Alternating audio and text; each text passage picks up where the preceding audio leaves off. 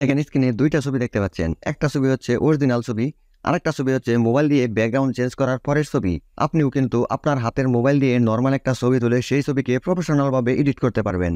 এরকম ভাবে যে কোনো ব্যাকগ্রাউন্ড আপনি পিছে লাগাতে পারবেন খুব সহজেই। চলেন আপনাদেরকে কিভাবে কাজটা করেছি আর আপনারা কিভাবে করবেন সেটা দেখাই।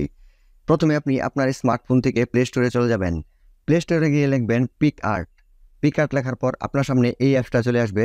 আপনি এই অ্যাপটা আপনার ফোনে ইনস্টল করবেন। এই অ্যাপটা আপনি ইনস্টল করার পর যখনই ওপেন করবেন তখন আপনার সামনে এরকম ইন্টারফেস শো করবে। আমরা যেহেতু এই অ্যাপটা ফ্রিতে ব্যবহার করব, তাই উপরে দেখেন স্কিপ লেখা আছে, এই স্কিপের উপরে ক্লিক করবেন। স্কিপের উপরে ক্লিক করলে এরকম আসবে। তারপর দেখেন এই সাইডে ক্রস চিহ্ন দেওয়া আছে, এটার উপরে ক্লিক করবেন। এটার উপরে ক্লিক করলে আপনার সামনে এরকম ইন্টারফেস শো করবে। এখন আপনি আপনার ছবিতে যেই ব্যাকগ্রাউন্ডটা দিতে যাচ্ছেন প্রথমে সেই ব্যাকগ্রাউন্ডটা এখানে নিয়ে আসবেন। সেজন্য আপনি এই প্লাস চিহ্নের উপরে ক্লিক করবেন। এই প্লাস চিহ্নের উপরে ক্লিক করলে আপনার গ্যালারিটা এখানে শো করবে। সি ওয়ালের উপরে ক্লিক করে আপনার গ্যালারির সমস্ত ছবি আপনি এখানে দেখতে পারবেন। আপনি যে ব্যাকগ্রাউন্ডটা এখানে দিতে চাচ্ছেন সেই ব্যাকগ্রাউন্ডটা এখানে নিয়ে আসবেন। সেজন্য আপনি এই ব্যাকগ্রাউন্ডের উপরে মানে ওই ছবিটার উপরে ক্লিক করবেন।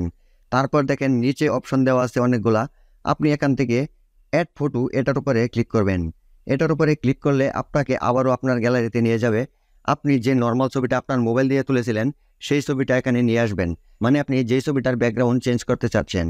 তারপর দেখেন আমি এই ছবিটা এখানে নিয়ে আসবো, এটার উপরে ক্লিক করলাম। তারপর উপরে দেখেন অ্যাড লেখা আছে, এই অ্যাডের উপরে ক্লিক করলাম। দেখেন আমার ছবিটা এখানে চলে আসছে।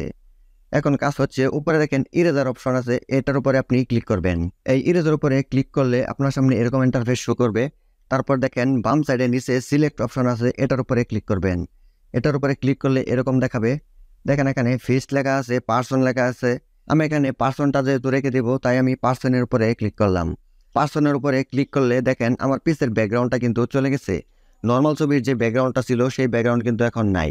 তারপর আপনি ড্রাগ করে এভাবে টেনে টেনে এই ছবিটাকে সঠিক জায়গায় বসাই দেবেন, মানে যেই জায়গাতে রাখলে আপনার ছবিটাকে প্রফেশনালভাবে বোঝা যাবে যে এই প্লেস থেকে আপনি ছবিটা তুলেছেন, সেরকমভাবে আপনি সেট করে নেবেন।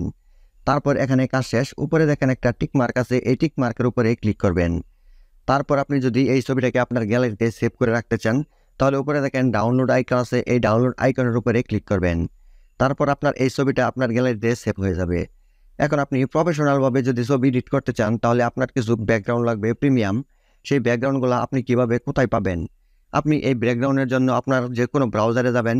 যে কোনো ব্রাউজারে গিয়ে গুগল সার্চে গিয়ে আপনি এইচডি ব্যাকগ্রাউন্ড লিখে সার্চ করবেন।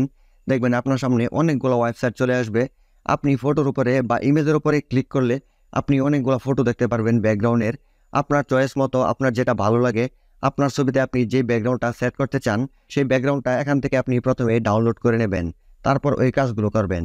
আশা করি ছোট্ট এই ভিডিও থেকে আপনি অবশ্যই শিখতে পেরেছেন কিভাবে আপনি নর্মাল ছবির ব্যাকগ্রাউন্ড চেঞ্জ করবেন আর নর্মাল ছবি ব্যাকগ্রাউন্ড চেঞ্জ করে কিভাবে আপনার গ্যালারিতে নিয়ে আসবেন। আর এই ছোট্ট ভিডিও থেকে যদি আপনি নতুন কিছু শিখে থাকেন, ভিডিওটা ভালো লেগে থাকে তাহলে অবশ্যই ভিডিওতে লাইক দিয়ে ভিডিওটা শেয়ার করবেন। সকলে ভালো থাকুন, সুস্থ থাকুন, আল্লাহ হাফেজ।